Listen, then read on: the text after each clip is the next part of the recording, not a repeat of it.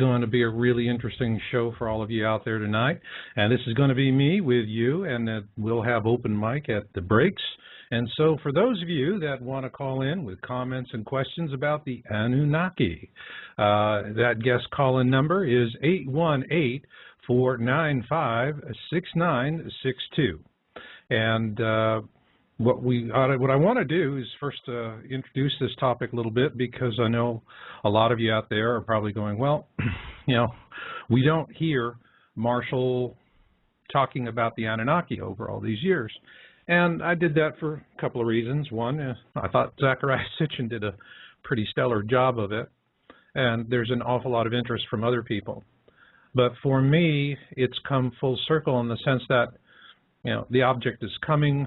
We know what's coming around the bend, and the question is what brings with it. And what I can tell you was when we were writing Crossing the Cusp, I did a lot of research with channeling, and there was a very consistent drumbeat. Didn't matter the channel or the source, but that Planet X, we were told, is actually going to be a mini constellation, and two of the planets in that are inhabited. So with that, we're going to take off into the first segment with our guest tonight, Richard and Dan Dean. Richard Shaw, you've heard him from Pinlight before. And what we're really doing is I'm looking at harbinger signs of what's happening here on Earth in preparation of that. And that's where we're really heading in the first part of this two-part series. I think you're going to enjoy it. And while that's playing, I'll be checking with those of you who want to call in at the breaks and to speak your mind. So with that, let's just start right into our show. Productions in Hollywood. Hey, fellas. How you doing, Michael? Hey, there you are. How goes, Dan? Good, good. You faring well there? As best as we can. You know, it's day in and day out. Just, I think one of these days I'll know I'll died and gone to heaven is if I wake up in the morning and I actually do that day what I set out to do when I woke up. What about you, Rick? Well, it's a little soggy down here today, but other than that, it's great. Had a great weekend. Spent it down in my hometown of Long Beach, and got away for a couple of days, which I really needed a break. So that was good. Been working hard on so many projects. Your hometown? That's my hometown too. God, sorry. Really? In Long Beach, California. My parents are there. I was there until I was 7 years old. Oh, wow. Yeah. It's a good town. Good town. Good town, you know. So what we're talking about here today, guys, is, and this really kind of started back a few months ago with you, Dan, and then we were watching this legislation that just passed in the Congress. What amazes me is that we have a Congress that has, what, 8 or 9% popularity. It is in a total gridlock. I mean, I've seen more cooperation in bad divorces, okay?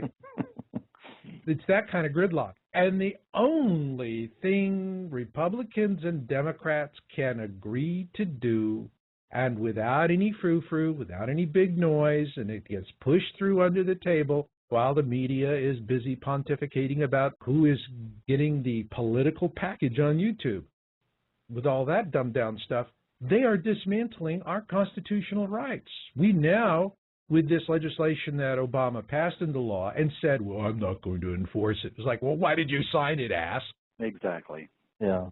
Now, posse comitatus and habeas corpus, these things are gone. And for those of you who don't know what this means, posse comitatus now means federal troops can come in and they can arrest you for any invented reason they have, and they can detain you indefinitely. That's what they did in Guantanamo. Where is all of this going? We are here at a point where now we're in Afghanistan and slowly ratcheting our way out. We're out of Iraq. So logically speaking, why do we have to, as Newt Gingrich would like, to strengthen the Patriot Act so that there's a further erosion of our constitutional rights when we're pulling out of these wars? You know, Marshall, I think that the fact that they aren't pulling back the enforcement of the Patriot Act, the Homeland Security Act, and the Patriot Act 2, because we're pulling out of these wars, and we don't need them to be strengthened. But there has to be an underlying plan that this was just the face for. Obviously, 911. There's a lot of thoughts about that. We won't break off on that today. But you know, it was a lot of documentation that was a red flag event just to get the people to give up their rights, and allowed the Senate and Congress to put into place the Homeland Security Act and the Patriot Act. And once the government takes power, they don't tend to take it back. What is you know, they don't tend to give it back, but what is the underlying purpose of this? What's their goal? These are not just random acts that they're putting together. This is a long strategic plan, and we have to line up all these things that we see and see what they're pointing toward. And what they're pointing toward is dominion. We're pointing toward a dictatorship. Now we have Obama in office that's saying, look, guys, if I didn't have a Congress to slow me down, I could really do a lot. Oh, boy, now let's put him in as dictator, and let's don't have a Congress anymore and see how far we get. I mean, that's already being aired out there. Yeah, but does it even matter? Obama is no better, but he's no worse. They're all in this huge, dirty, filthy power grab. I agree with you. So we have this power grab. I think you have framed this perfectly. We need to have a strategic conversation here. Guys, we need to take huge steps backwards today. We need to get on the opposing peak so that we can see the whole forest in front of us. And with that in mind, we're standing here on the peak, shoulder to shoulder. Rick, what are you seeing? Well, I'm kind of amazed at just the electoral process here, how one-sided it has been in the advertising, and how people are threatened if they're supporters of Ron Paul, which I think is just, I think people are finally getting it, how slanted the news media is to the people that it's interested in. Whether you're a Ron Paul supporter, he has not gotten a fair shake in the news, along with everyone else, when he's polled big numbers at these events. No, you know, I tell you, every time I watch these Republican debates, I'm waiting for Maury Povich to walk on stage with DNA reports, you know? Yeah, it's just insane. And also, it just seems like it whether you're a Republican or Democrat, you're going to get the same result. Yeah. And it's because that politics right now is basically a waste of time.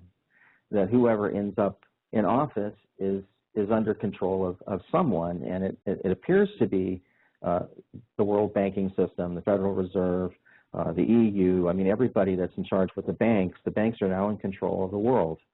Yeah, I know. It's not us. No, it's not our Constitution. Constitution. There's a certain people, at least. There's a people that control the banks, that control the world, and the banks are just one of the resources that they have that they use to capture people's allegiance, so to speak. But, you know, I think at a strategic level, there's backlash that's coming. And, I mean, later on, we're going to talk about Hollywood and its fear-mongering on ET contacts. And that gives us, with Apollo 18, you know, and Dan, you zoomed in on this, because Apollo 18 couldn't muster enough support for theatrical release. It went straight to DVD rental. That's how I saw it on Netflix. And after seeing it, it was, I could understand why, but we'll talk about that in the next segment. Yeah, I've got some figures for you, Marshall, on Apollo 18. I am looking forward to this. I mean, that is, as a producer in Hollywood with your thumb on the pulse, what you've got to say about this is, hey, for you guys listening, you're in for a treat. I mean, this show is on the inside track tonight. We have the SOPA Act, which was, sure, I'm against piracy. And I know Hollywood, you know, has one view of it. Dan, what's your thinking about SOFA? Because they're going to come back and do it one way or the other. What's interesting to me is that this was on the aft side of the actual implementation of Internet censoring. We probably all know that Google, the monster $100 billion Google, was contracted by the government of China to create Internet censoring about 5 years ago, and that was fully implemented about 2 years ago. What we don't know is that, or what is little known, that Austin, Texas has a huge data center that belongs to Google that is funded under a contract from the U.S. government for Google to internet the U.S. For Google to censor the U.S. internet. And this is already 2 years old. And I mean, we see all kinds of things that are being trapped now. It runs through their filters and through their redirections, and they track information. They keep information on you. What kind of data sites are you looking at? Now, data warehousing is something that's been going on a long time, but it was all for marketing. Now we're talking about what kind of character is this person? You know, is he, she, do they support Ron Paul? Are they, you know, saying they like Obama? If you notice, all of a sudden you see these little ads now on websites about, are you an Obama supporter? That is kept. That's tallied. They want to know what you're buying. They want to know what you're storing. They want to know what you're warehousing, where you live, what are you doing, what do you like, who are you talking to. I mean, they're even using Facebook to assemble entire databases of who knows us. So if they go looking for us, they know who to pressure to try to find out, because somebody's going to, you know, might know where we are. I think that this is just an act that was ratifying a precedent that they had already set into place in this contract that we did not challenge. These people, and I won't go into other things that we've talked about, Marshall, but these controlling people have certain moral conduct, certain moral code they have to follow. And they went out and they didn't pass a law first. They just granted a contract to someone. They let a few people know, and it kind of circulated around. We didn't do anything about it. Of course, we don't have the right to class action lawsuit against the government any longer, which is what we used to use to correct things like that. Mm-hmm. It's one of those things that the Patriot Act took care of. The Patriot Act took that away from us. Well, and that was under George Bush Jr. that was taken away. That's correct. Okay. He signed away our the right. Remember the tobacco lawsuit against the tobacco industry? It was right after they won that case, and two things happened. Number one, they by precedent set the rights to control harmful substances. They immediately attacked the gun industry. Immediately. That case for tobacco was not about tobacco. It was about guns. They wanted to be able to control guns, harmful substances, and they bought that. Now they also, well, that was also in the Patriot Act. But I think that going back to where I was talking about in Google before, this was just they had set the precedent first, and then they needed to let us know, and we didn't fight it, and we didn't complain, and we didn't go out and riot or whatever it takes, you know, to get their attention. What we did is sat by and said, "Boy, I really don't like this. My system's slowing down. I don't like my privacy being breached," and so they passed a law now. So now it is ratified, you know, that they have the right and the infrastructure to completely break up the internet and to control exactly what we can see. There's a, you know, that's going to be within the U.S. or the North American Union is what this is going to be controlling is the North American Union, which is Canada, U.S., and Mexico. So there's still other places in the world you can go that aren't controlled yet, but the U.S. certainly is. So. Yeah, well, I see that they're going at the anonymous guys a lot heavier. There were some anonymous programmers that these guys are going to get hit with nasty jail sentences. Mm-hmm. But, you know, aside from anonymous, you know, the question is there anything else out there to deal with this? People going to the streets with what we're going to talk about with what's coming out of Hollywood. What we're seeing in this legislation here is elitist fear of losing control, and they're doubling down. Mm-hmm. Well, I think back in September 2 years ago, we listened to Kissinger say that we finally have control. We're in control now. You know, that we had been systematically placing laws, mechanisms in place to control us, to try to create fear, to try to create placency where we did not, we wouldn't rise up. I mean, that's really kind of their temperature probe as to when they can do certain things is, are we rising up and how much are we complaining and what is the probability of a civil war or an uprising, et cetera. So that's kind of a temperature probe that they use, you know, to see, okay, well, let's see how they respond to this. And if they don't, you know, if they respond horribly, then we'll back off a little bit and we'll wait a little longer and we'll harden them a little more and then we'll try it again. And once they're ready, then we'll go ahead and slap this legislation into place. Yeah. I mean, this is like they're slowly trying to figure out how to boil the frog, and we are the frog. Yeah, and we are the frog. But still the same, though. There's one motivation, which is acquisition of wealth and power. Mm-hmm. But then there is another motive, which is the fear of loss of said acquisition, that they're going to lose that. And the question then becomes, what will be the events that they are obviously know are coming? They are obviously busting heavy moves to fortify their position in anticipation of that, but they are not sharing that with the rest of us, and we're going to take a shot at that in the next segment. So hang with me, fellas.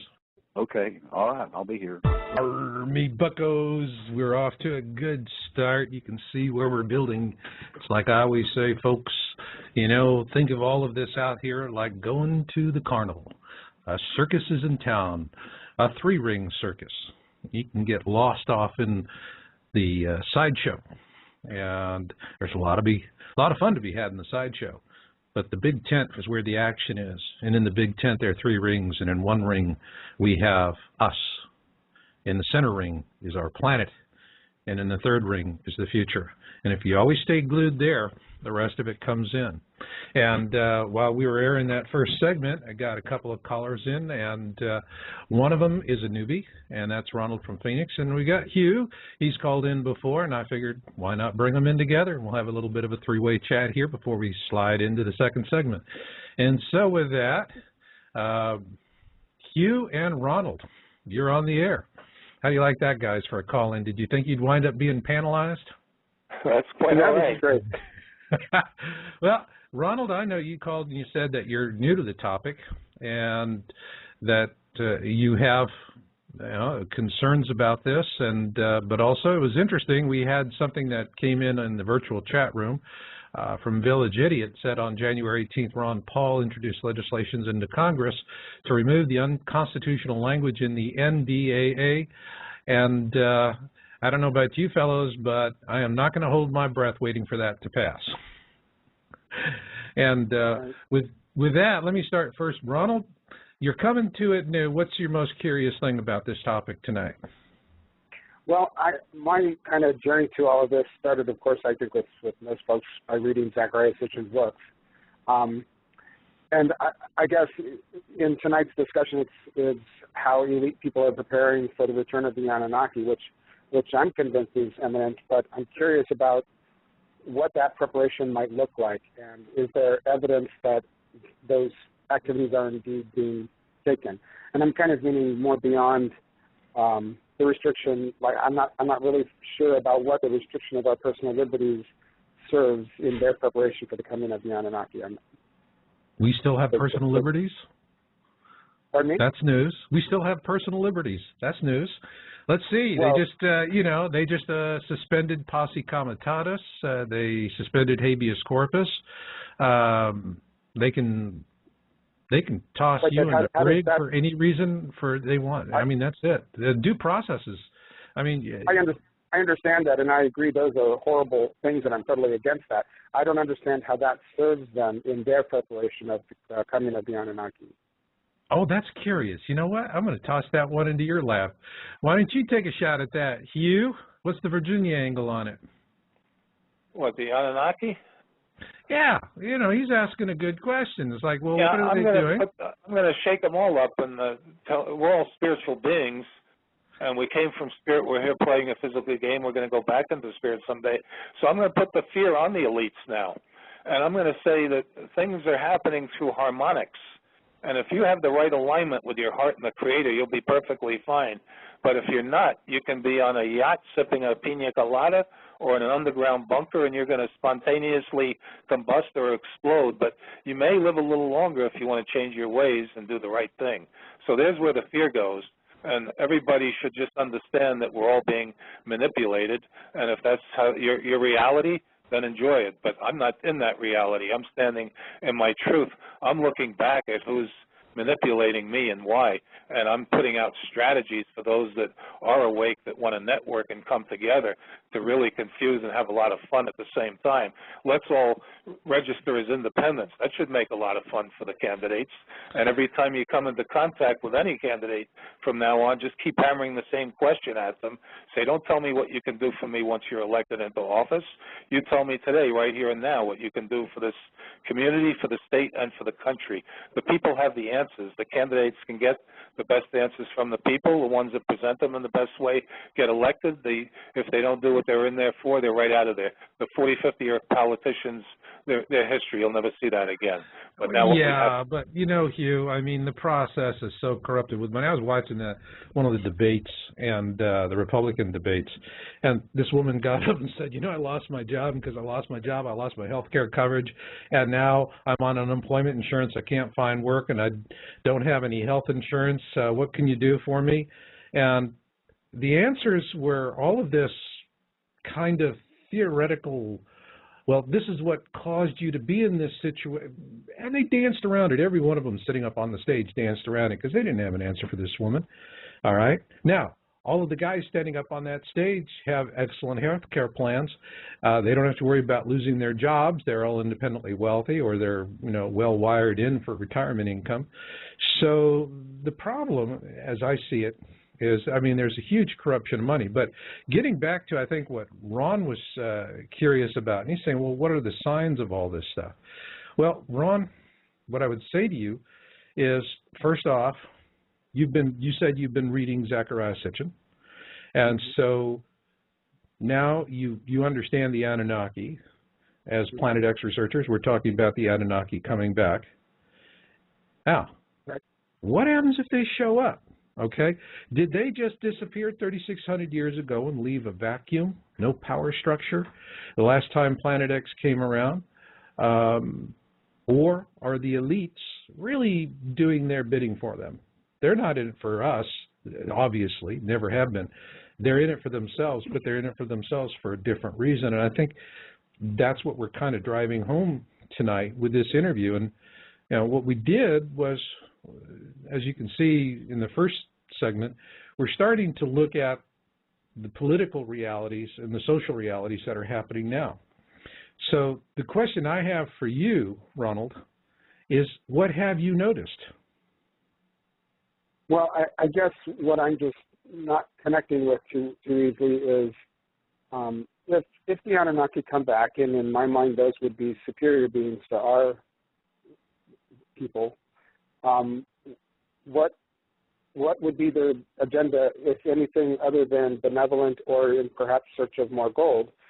And how does the positioning of power and removing our personal liberties that's taking place now, how does that serve the elite in preparing for their eventual return? Are they going to use their power structure to make us come under the dominion of the Anunnaki, or will they use their power structure to make us like repel the Anunnaki or whatever? Or maybe here's a third option. They were given great authority by the Anunnaki to be the lords and masters of the planet, and they screwed the pooch, okay? And they know when the boss gets home, they got a problem. Huh? That was when kingship was divinely appointed. Now we don't have that. We have the rule of man. We think we do. The rule of man is what goes through and about. The rule of man, the rule of what? I mean, you know, you hear one of the things in the debate all the time is like, get rid of the Federal Reserve, get rid of the Federal Reserve, all right? But they don't go the next step. They don't say if you really actually reserve, you know, check into it, the Federal Reserve, which is privately held, is if you look at the lines of ownership and you follow it, the United States currency is owned by bankers in London in an area called the Crown, all right? And it's like Vatican City. It has its own laws, rules, tax codes, and everything else. And so we're owned by power elites sitting in the middle of London. That is the real truth of it. That's the real truth of it. And so you have all of these mechanisms, and it's all clever, and it's all virtually undefeatable. But yet, they're busting moves in anticipation of something that is they're not concerned about it being a threat to us. Who cares? They don't care about us. We're eaters, all right? But I think, you know, from what I see, particularly in the last couple of years and some of the rash, hasty moves, they're not so certain that they're going to be the plum in the boss's eye when the boss gets back. And I think we'll get into that a little bit more when we get into this next segment. So, fellas, we're going to move on into part 2 of this interview. And hope you find what you want there, Ronald. And Hugh, keep raising those flags of discontent, my friend. Okay? Thank you. You're welcome. A way to help folks coming into awareness. I often say to folks when they tell me about how they're now seeing all of these things, tell me, was coming into awareness for you like being slapped in the face with a dead salmon and there you were, spitting scales and wondering how you got there? And to a person, they always say the same thing. Yeah, that really describes it. Now, folks, that is awareness. And there's no comfortable way to deal with it. But there are ways that you can help people ease into it with less stress, considerably less fear, and more importantly, with hope. That was one of the reasons why I produced my video, The 5 Stages of Catastrophism. And that is really based on what I had written about in my book, Indigo ET Connection, many years ago. And with ET Connection, what I'm talking about is the role indigo children will play in contact with extraterrestrial races during the coming tribulation, because this is a consistent drumbeat theme.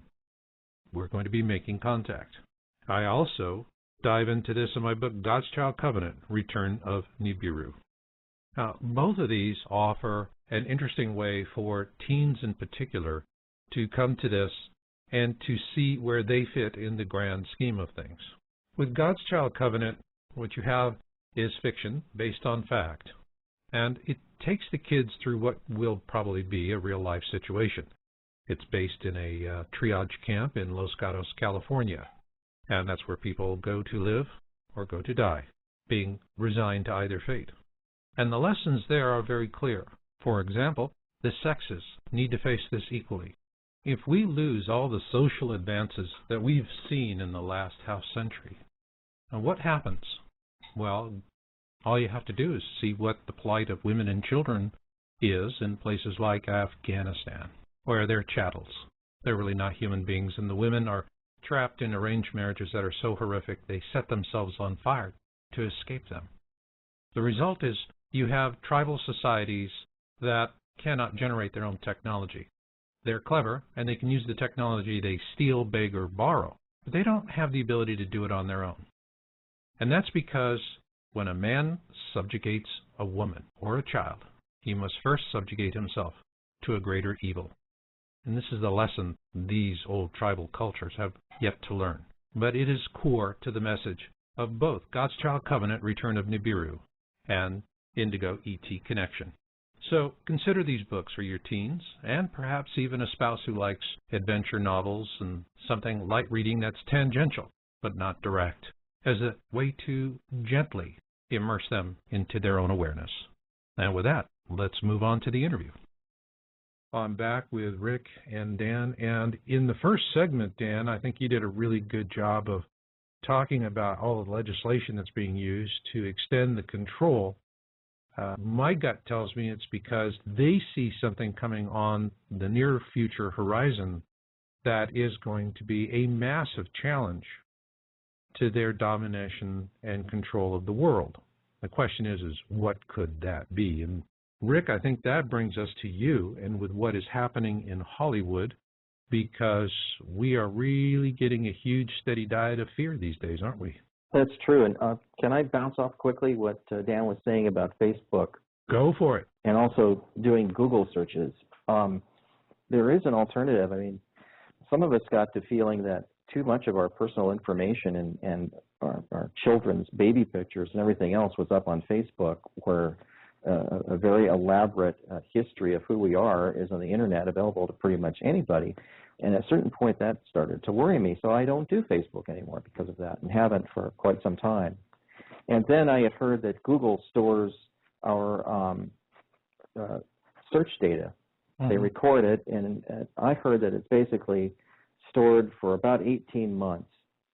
But if they hack into it, they can go even further back than that, but they don't do that unless there's a reason to. I mean, if the government stepped in and wanted to know something about a specific person, they could probably do that. But I think, Dan, you'd be the first to say 18 months my butt, they got everything going back to the day God, winkled in your mom's eye.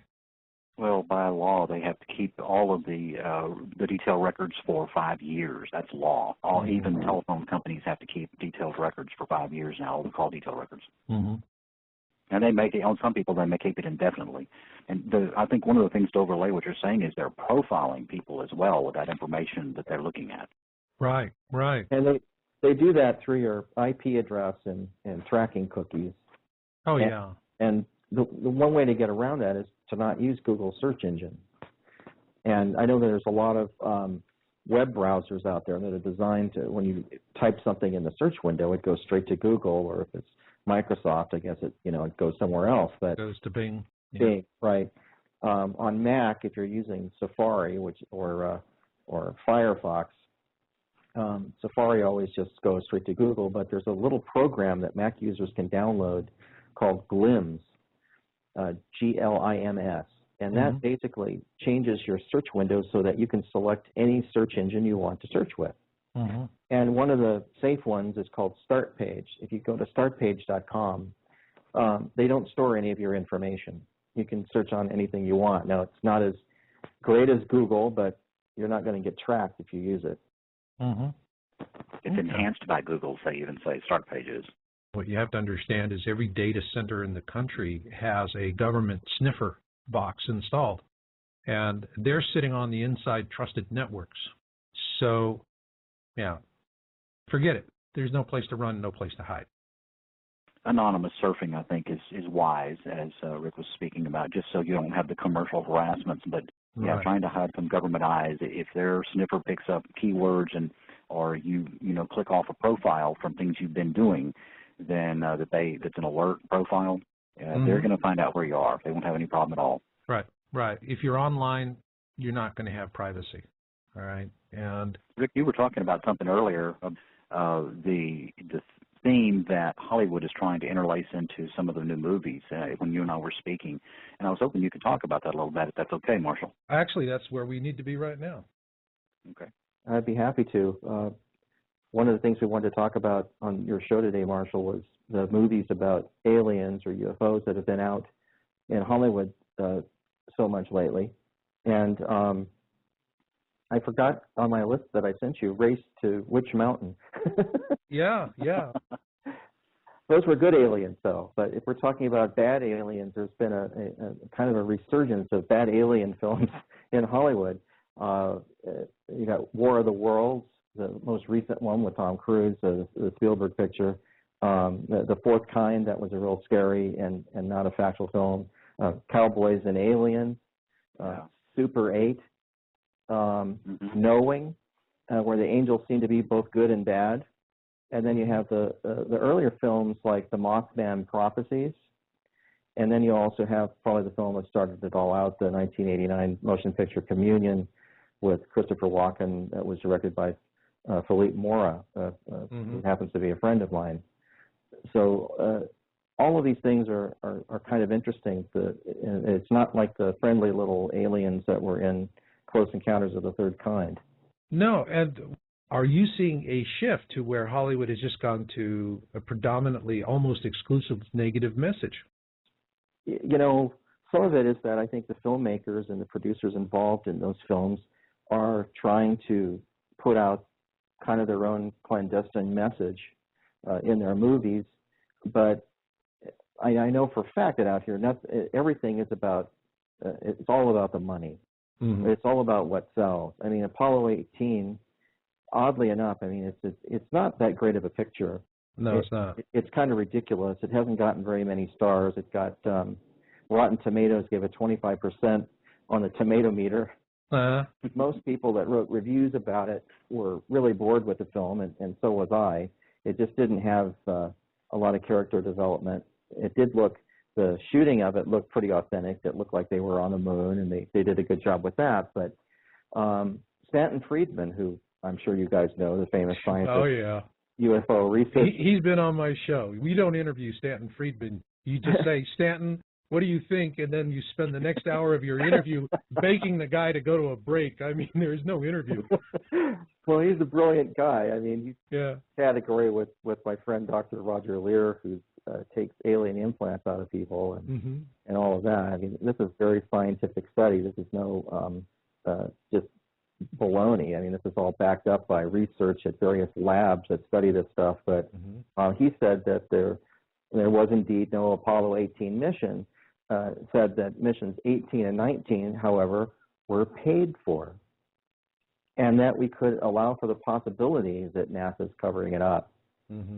So, how would we know if they sent someone up there or not? And meanwhile, there's been a lot of interest recently, on structures on the moon, strip mining on the moon, detailed objects being found by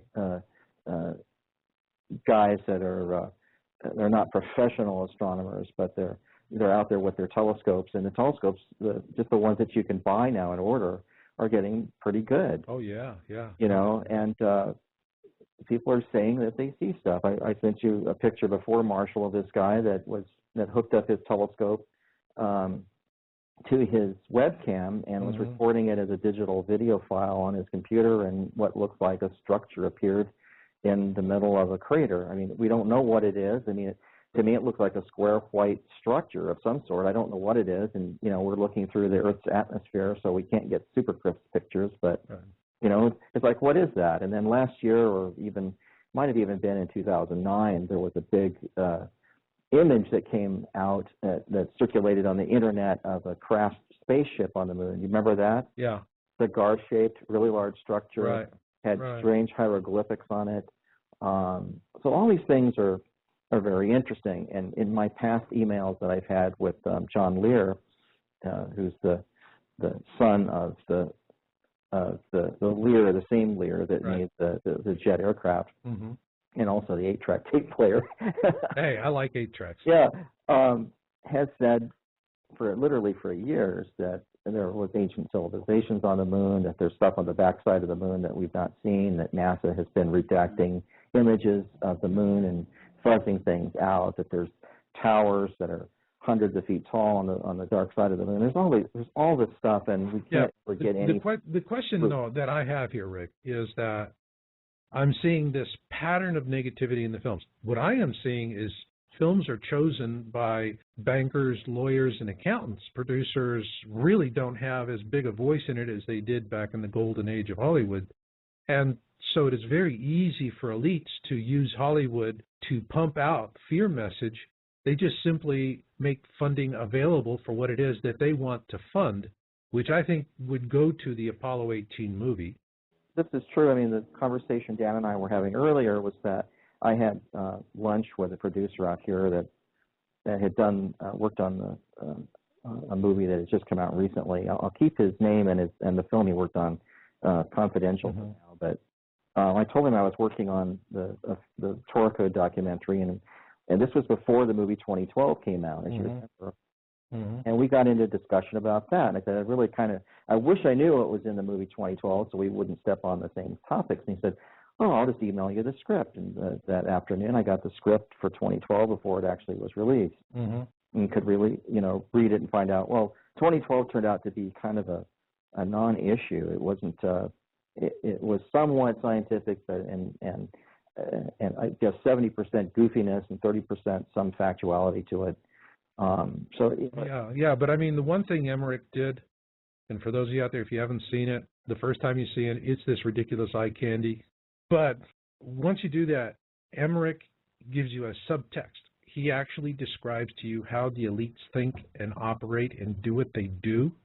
And what you have to understand about that movie is at the end, it has this nice, glowing, happy ending where the 1% of the world survived because they let the other 99% know they were dying the day they died. And that was the message Emmerich sent. And you don't get that until your second or third viewing of the film. You start looking at the subtext. The whole scene with the Mona Lisa and killing the guy, I totally got that.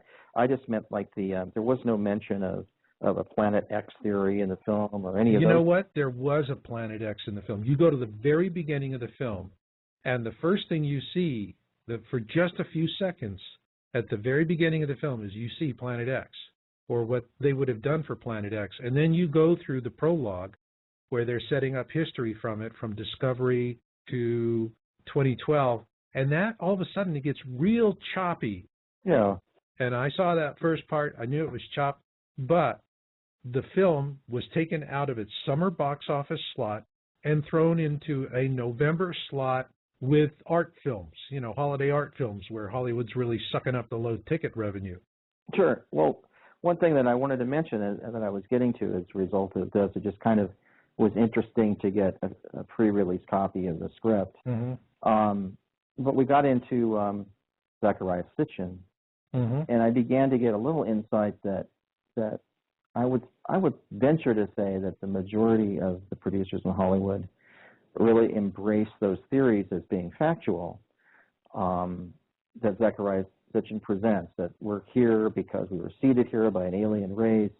Mm-hmm. There's all these stories from the past with the Sumerians and what he did as far as being able to read Sumerian cuneiform script and all of those things that you and I have talked about before, Marshall, I think has become rather prevalent out here, and that tends to squelch other ideas from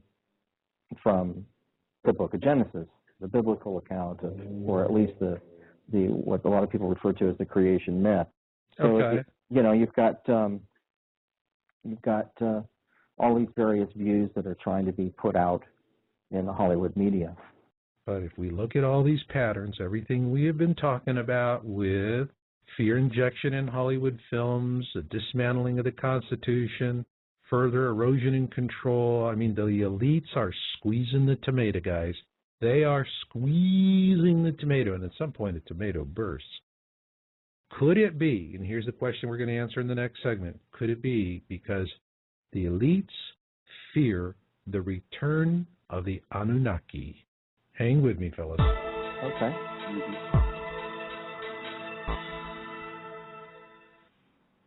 Oh, there we go, folks. And for those of you sticking and standing by, we've had a really great chat going on in the virtual chat room. We've been talking about remote viewing and becoming ham radio operators. Now, I would tell everybody out there listening in, those are very useful skills for survival, because when the time comes that we're dealing with tough times, if you're able to do RV, well, you can go out and find things that are useful. Shelter, food, water, these types of things. You can know where problems are going to come from. So remote viewing is a very helpful thing. Now, I mentioned it in my newest video on YouTube.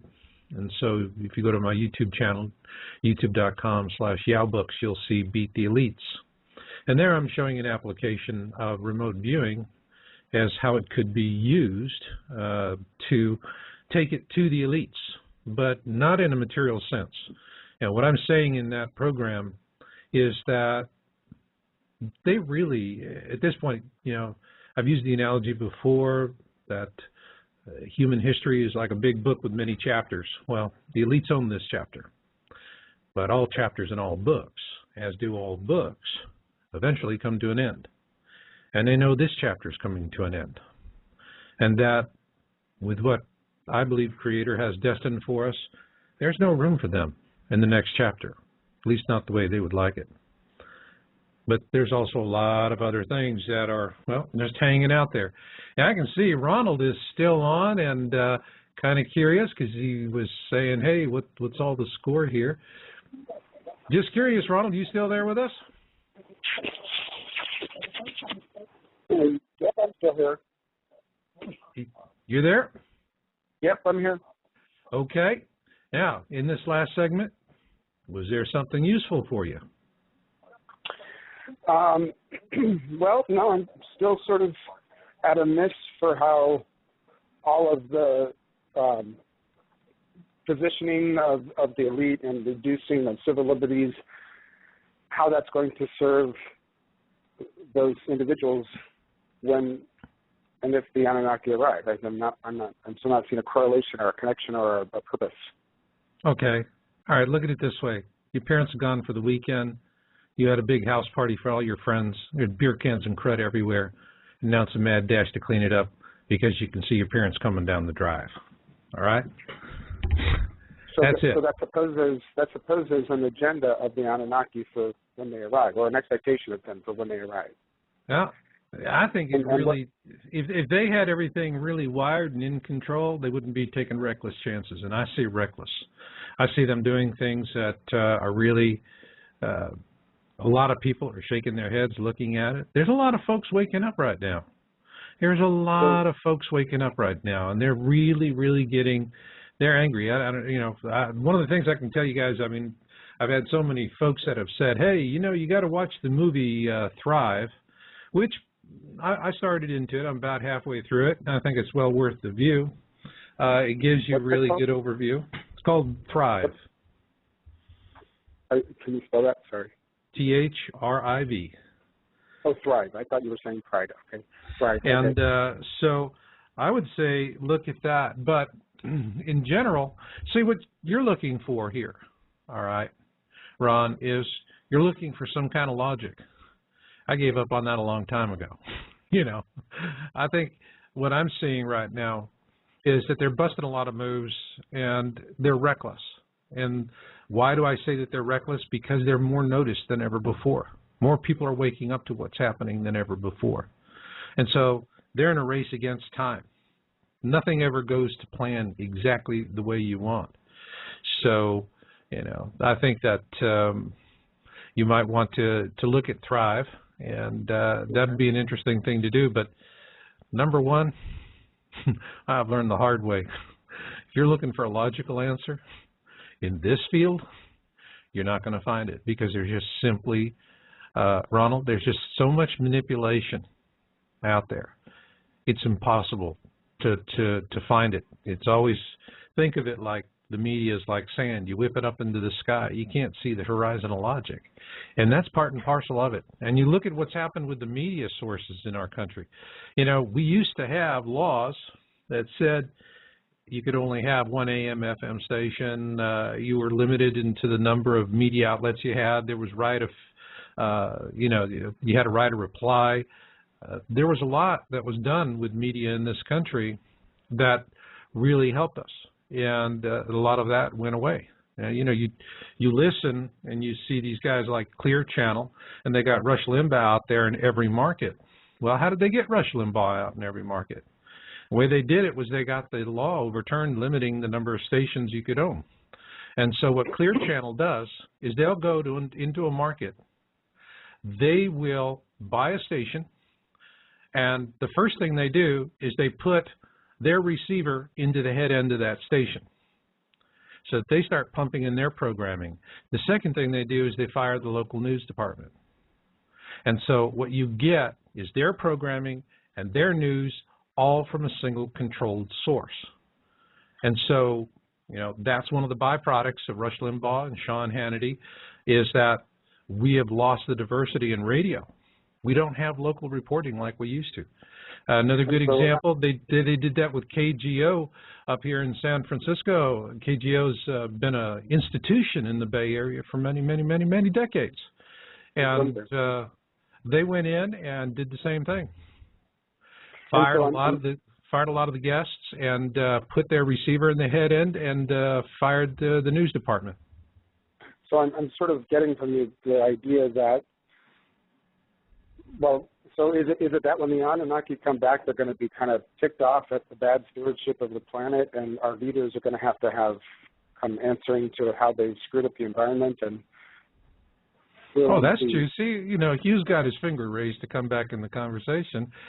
Okay, here you are, Hugh. You heard that question. Take a first shot at it. You're in the San Francisco area, Marshall? I'm south of that. But are you familiar with Dr. David of the Light Party? No. Sorry? Yeah, lightparty.com. And another fascinating site with all kinds of information is sanctusgermanus.net. They really have a good beat on the elites and stuff. All right. You know, it's because I can, you know, I hear Ron struggling with this stuff and going, oh man, What are we going to do about this? What are we going to do about this? And so what I'm going to do, fellas, with that is I'm going to jump right into the next segment, and then we'll come back and we'll have us some fun. All right. A little bit about organized suppression by means of disinformation and propaganda, of knowledge that every man, woman, and child on the planet should have full and unfettered access to. Now, I'm talking about what is happening to our Earth, what is happening to us, and our future in terms of making contact with other races. A term I often hear used to disparage people in the mainstream who simply are not going to pay attention to any of the things that are important to you and to me is that, well, they're sheeple, they're stupid. I don't see them that way. I see them as the largest collection of victims in the history of humankind. And they're not going to fare well, because all you have to do is look at films like 2012. If you watch 2012 the first time, yes, there's the visual Hollywood-esque eye candy with buildings falling and Los Angeles sinking into the sea. But if you watch the film a couple of more times after that, what you find is the director, Emmerich, really tells you exactly how things are. And I found that to be really, really cogent. Because what the elites understand is that there's not enough resources to save some 7 billion people. Maybe a small fraction of that, but not much more. And so when you look at the movie 2012, what do you see? In events leading up to it, there is an outright suppression of the knowledge. Then you have the media in denial about the early harbinger events. And consequently, what happens is that when the event happens, it happens suddenly. And nobody knows what's happening until the day they die. And many of them don't even have that convenience. They just die. And who lives? The 1% who have decided that the other 99% are just expendable eaters. And so it's kind for them to die this way. Now, if that is not you, if you're trying to understand the mechanisms by which they suppress this knowledge, I would recommend to you our book, Alien Security, an Anthology for Human Freedom. It really does present to you a good overview of fiction based on fact of the cover-ups and the mistakes of our government in dealing with contacts with other races. But at the back of the book is what we call the battle book. And I put a lot of effort into this. And it will show you how subtle, how powerful, and how pervasive the disinformation and propaganda of the elites to keep us into the darks really is. But you're not helpless. You can do something about it. And that's the whole point of Alien Security.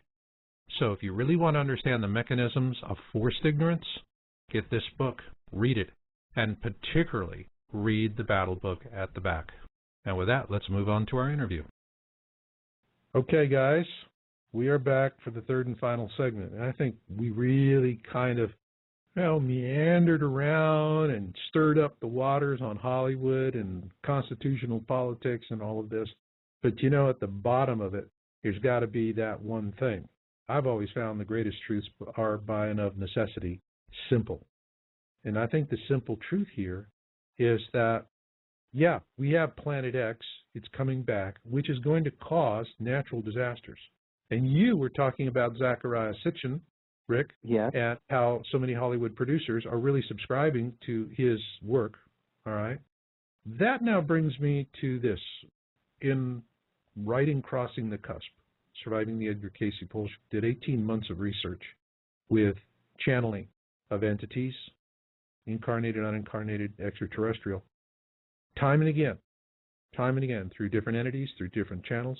We were told that this Planet X is actually a mini constellation. It's a brown dwarf sun with satellites, moons and planets. And we have been told that 2 of the planets are inhabited. They're coming through with this. So we have all these natural disasters, but then we could be seeing a return of the Anunnaki, at which point that would be an incredible threat to the elites and their control of our planet. That's the question, throwing it out. First to you, Dan. Okay. I think that there is some concern that they've even stated in some of their documents that they're behind the timeline of what they've been told that they have to achieve. Okay, that comes from the CFR.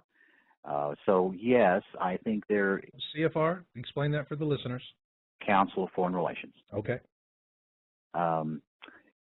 There are concerns by their authorities that they are being given lordship for a reason. They're working for another race, the Anunnaki, let's call it, and there's division here. It's not just one race. The Anunnaki and their slave race is just one part of the equation. Mm-hmm. So yes, I think they are concerned about bringing about the aspects of, let's go back to Zechariah Sitchin's names, of Marduk. Marduk is one of the Anunnaki that were here that I believe we knew him as Ra, as the Egyptian king or pharaoh of Ra. Right. He's also known as Jupiter. He's also known as Zeus, and we won't go any further than that. He gets around. He's got a brother named Enlil that he is at odds with. He's got an older brother named Enki that he's really at odds with. And they don't like each other. And they're having war on their own planet, okay? Mm-hmm. And Anu, their father, which where the name Anunnaki comes from, is trying to see between these two because both of them want to be lord of the earth. And we humans, being a lower race, there are those who want to have their little section of being lord of the earth and to have other possibilities in a galactic trade scenario. Now, I'm throwing a lot of stuff out there. Right. That's what they say. No, not what I'm saying. That's what they say. Okay. Mm-hmm. But I have said before on our show, I don't think it's just the Anunnaki we're dealing with. The return, the Masonic order is looking for the return of an Anunnaki, but the Mayans, the Toltecs, they're looking for the return of a feathered serpent, which is not a shining one. That's a draconian. Okay, mm-hmm. And they're expecting them at the same time. Now, we see that there's war on Nibiru. We've got at least two factions that are trying to gain lordship over the Earth because it's a beautiful planet, and they want the gold on it for the resources they want, which is why gold is our standard, I believe. They want the beautiful water planet, with atmosphere. They don't have to live underground all the time, just like their own home planet. But I also think that there are other races that are interested, and that we're getting ready to culminate into a large racial dispute over the planet Earth. So I think they are afraid of that, is what I think, because it's not just the people that the CFR are serving, and I'm going to identify them as serving Marduk of Nibiru, okay, of the Anunnaki. Enlil and Enki are on the other side, from Nibiru, and they're fighting against Marduk, okay, and then we have this feathered serpent that's also come here that is also returning at the same time for the according to the Mayans and the Toltec and the Quetzalcoatl. Exactly. And he's not a shining one. He's the dragon of old that the Japanese and the Chinese that's their background of the one that they believe, that they're looking for his return.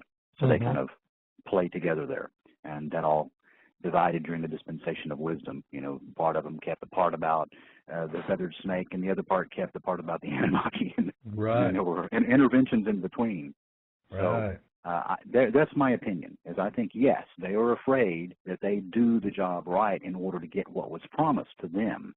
But there are multiple people that they need to be afraid of, and it's not just the Anunnaki. And Rick, I'll pass it to you and see what your thoughts are on the subject. Well, it goes really deep. I mean, there's so much going on. What I thought was interesting, there's a bio TV series called I Survived with a subhead Beyond and Back, and it's basically people that have had near-death experiences. And if you go up on their website, possibly even today, they're playing an episode where a woman died and she was met by ETs, which is very interesting. I've never heard a near-death experience quite like this one before. It's worth listening to. And it's very interesting, and it reminded me very much of the Book of Enoch. And if you've read the Book of Enoch, very fascinating read. He's taken up through the second heaven, where the fallen ones that are spoken of in ancient texts came to Earth and intermarried with Earth's population, with the women, and created a race of beings called the Nephilim. Well, the ones that had done evil upon the earth were in chains in the second heaven, and Enoch is like floating by these the evil angels that were enchained up there. And I think that we've got, what's happening is, 2012 was supposed to be the year of enlightenment. Mm-hmm. That's what everyone has been saying. And I think it's very interesting that we're even discussing such things openly to a very willing crowd of people that really want to get as much information as they can, because this wouldn't have been possible, guys, just a couple of years ago. You couldn't discuss this in a historical venue or a scientific venue without people thinking you're crazy. And we're not crazy. We're just trying to get information. And I really kind of thanks to Hollywood, we have Ancient Alien series, that's come on. Sure. Scientific channels. There's been a lot of information about brown dwarfs, about cataclysmic events of the sun and what ifs, and including multiple dimensions. Exactly. So there's all this science now that's been presented to the masses that is a foundation upon which we can talk. So we're not trying to teach all the foundation. We're just adding precepts on top of the foundation. That's correct. And, What the Bleep Do We Know? Mm-hmm. I love it. I love that movie. Yeah. And the second one, too. Quantum theory. And you have to understand that there's very interesting things going on with quantum theory. And last time I was at Sandeo's house when we were shooting him for Watchers 3 with Ellie Marzulli, we got to talking about all of this stuff, and he said something that I'll never forget. He said, when in Coast to Coast AM always likes to have evenings where they have ghost stories. I'm sure you guys have heard some of those. Mm-hmm. And I don't know where to go with those kind of conversations. Like, well, okay, there's entities. Obviously, I mean, we're seeing orbs that we think are disembodied spirits, and I've gotten hundreds of pictures of these things from people that have sent me digital photography of orbs. And I've taken them into Photoshop to really examine them. And when I zoom in on a clear picture of them, in almost, I would say 80% of them have a face embedded in them. A very clear-looking face, mouth. It's very, very weird. Hey, Rick, have you ever heard of the Marfa light? The who? But guys, this is really consistent with the increase in spiritualism. What I can tell you is that when we were doing channeling, one of the things, we would come into contact with extraterrestrial races that are on the other end of the galaxy, all right? Yeah, I have to ask them, thank you for your interest and your concern as to what's happening to our planet, because they're trying to warn us. Mm-hmm. And finally, one day, I just said, pardon my asking, but what's in it for you? Why are you even interested in what happens to an obscure planet on the other side of the galaxy? What makes us so special?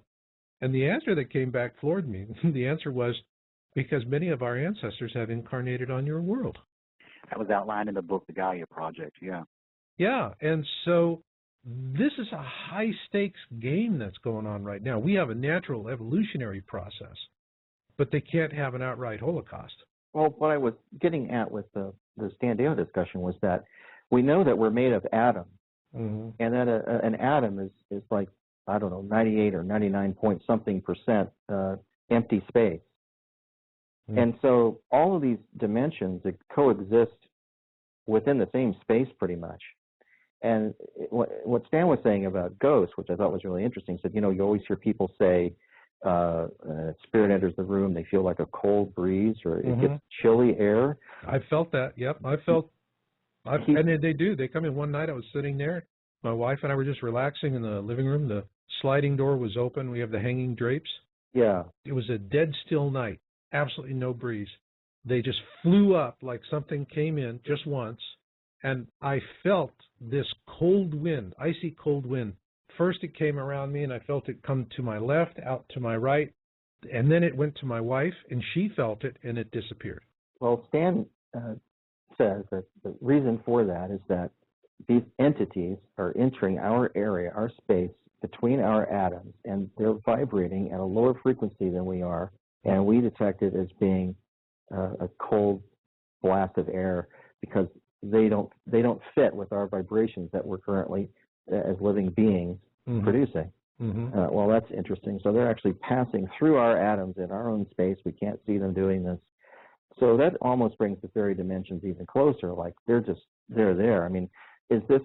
And then there's Chuck Misler, who we interviewed for Watchers 2, behind the scenes said that he all felt that we were living in a digital simulation. And he said it seems like some of the scriptures are alluding to that this is not our normal state, and that especially when you hear people have had near-death experiences, they depending on if they had a good or bad experience, you can basically tell that this is probably not what we're used to or what we're capable of. That being here in these bodies on this planet currently in the state we're in is only a temporary situation. Well, I really agree with you, Rick. I really agree with you. You know, there's an entire science called sacred contracts about the fact that we'll speak about the Bible for a minute being spiritual. Well, that's one of the texts that are used. That God created us. He knew us before the foundations of the world. That's right. Well, that means we're pretty old because our particular Earth's about 5 billion years old. You know, that's pretty old. And I know I hadn't been sitting here in this incarnation for that long.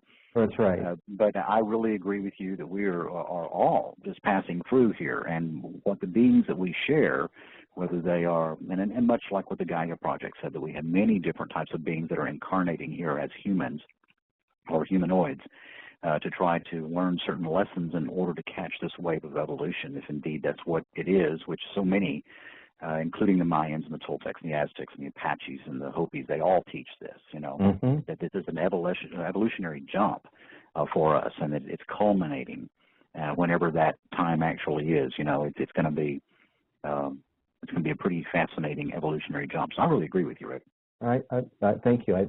I agree with the jump you're talking about. I think a lot of people when you use the word evolution, they think, oh, well then it's another, we're going to evolve into a different species, and I think it's more of a spiritual evolution, one of where our spirit or whatever makes us who we are evolve. And I think that brings us to the point here where, you know, we have covered a broad range of topics here, but I think we've really gotten down to the essential question for everybody being those of us in the 99%, is how do we deal with this? And let's come back next week to finish this with asking the question, how do we as individuals navigate these big changes that are coming? You guys up for that? Sure. Okay, that's a big question. You're right. Okay. All righty. I'm going to have all the happy to be answers. there. Well, that was definitely a good kickoff there for this first part of this two-parter. And the second one, we're really going to get down to the nut cutting. And that basically is what can we do about it. So I think if you're listening to this full show tonight, it's very clear. We're up against forces that have superior technology, and they hold the reins of governance for most of the planet. And when you're up against something like that, how can you possibly hope to win? Well, I think we can, but I think it's part and parcel of us becoming aware and just saying no, that there's some other sides to it.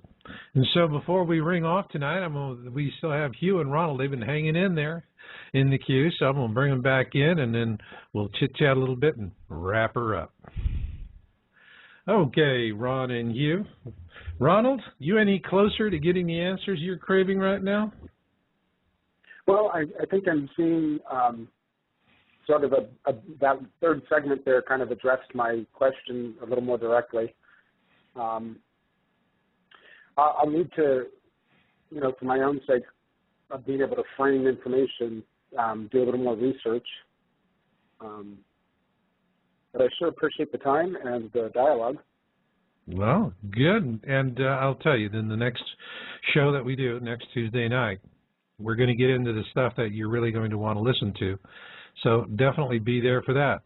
And Hugh, what about you? Absolutely fascinating last segment, and leading into the next show I think will even be better.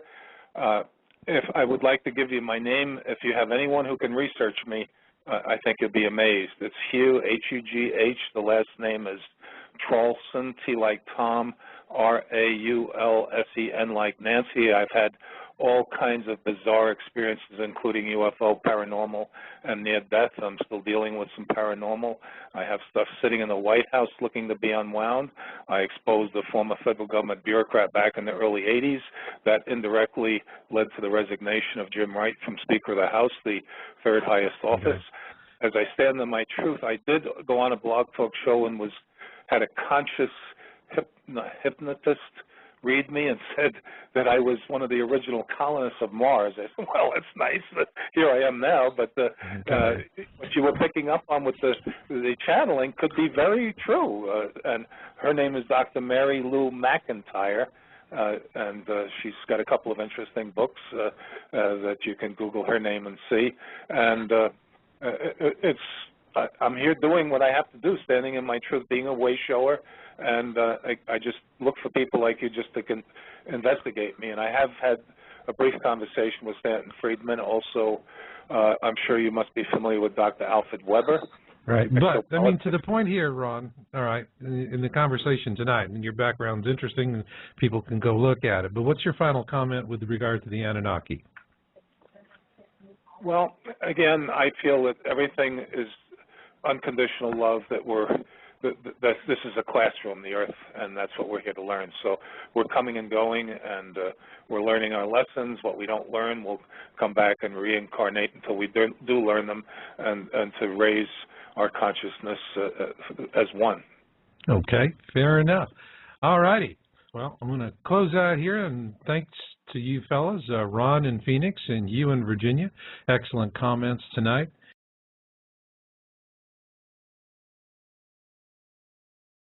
Going to be a really interesting show for all of you out there tonight, and this is going to be me with you, and we'll have open mic at the breaks.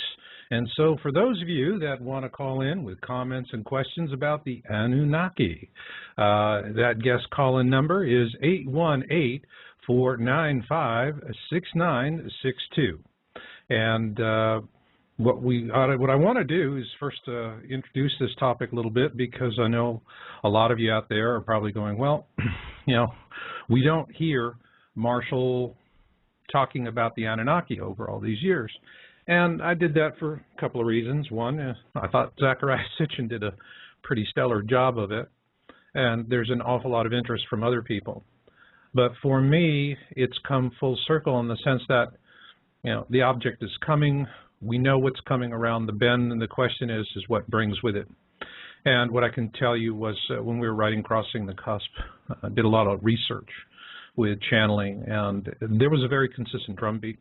Didn't matter the channel or the source, but that Planet X, we were told, is actually going to be a mini constellation, and two of the planets in that are inhabited.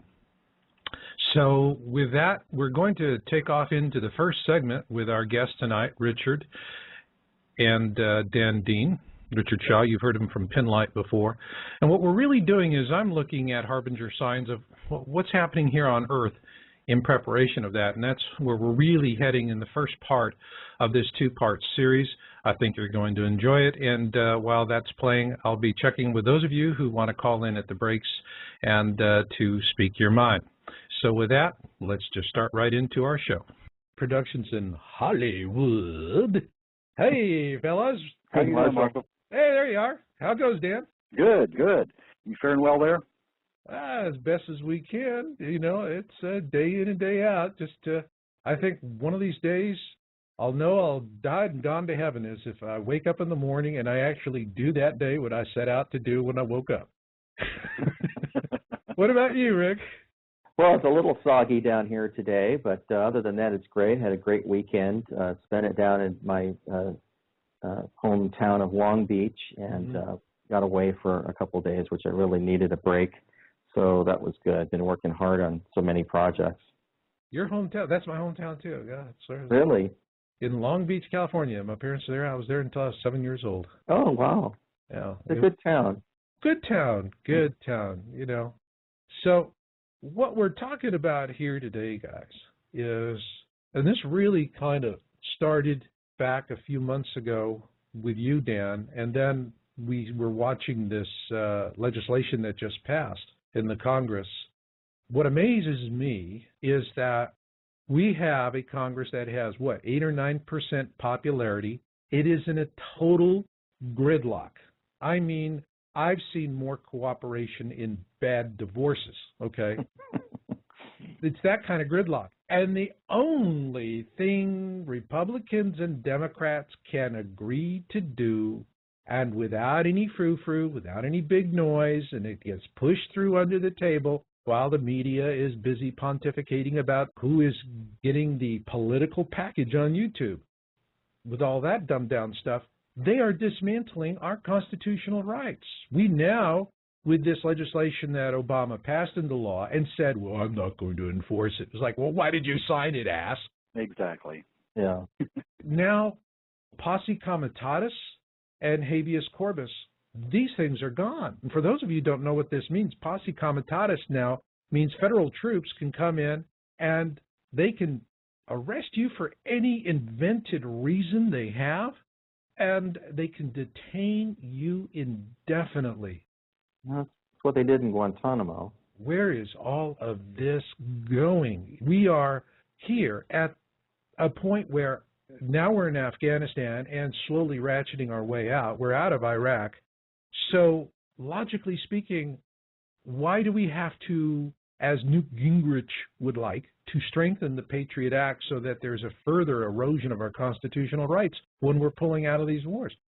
You know, Marshall, I think that the fact that they aren't pulling back the enforcement of the Patriot Act and the Homeland Security Act and the Patriot Act too, because we're pulling out of these wars and we don't need them to be strengthened, but there has to be an underlying plan that this was just the face for.